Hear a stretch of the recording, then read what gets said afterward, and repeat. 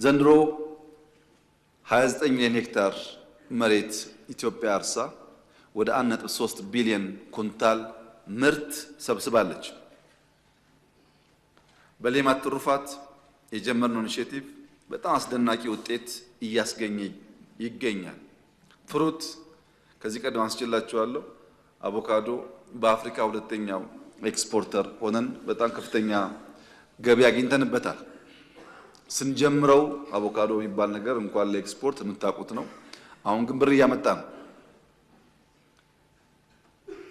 በግብርና አጠቃላይ አመጣ ነው ከምንለው ለውጥ ውጪ ኤሪያ ስፔሲፊክ ደግሞ ስንወስድ ለብዙ ጊዜ በድርቅ የምናቀው በረሃብ የምናቀው ቦረና ከፍተኛ የስንዴ ማሳ የታየበት፣ በሶማሌ በአፋር ክልል ሰፋፊ እርሻዎች የሚታዩበት፣ እርሻ ላይ አበክረን ብንሰራ ውጤት ማግኘት እንደምንችል የተመሰከረበት፣ በርካታ ግድቦች ለረጅም ጊዜ የቆሙና አዳዲሶች የጨረስንበት፣ በድምሩ የግብርና ሴክተር በዚህ ዓመት 7.7% እድገት እንደሚያመጣ ከሁሉም አመላካቾች መታየት ችሏል።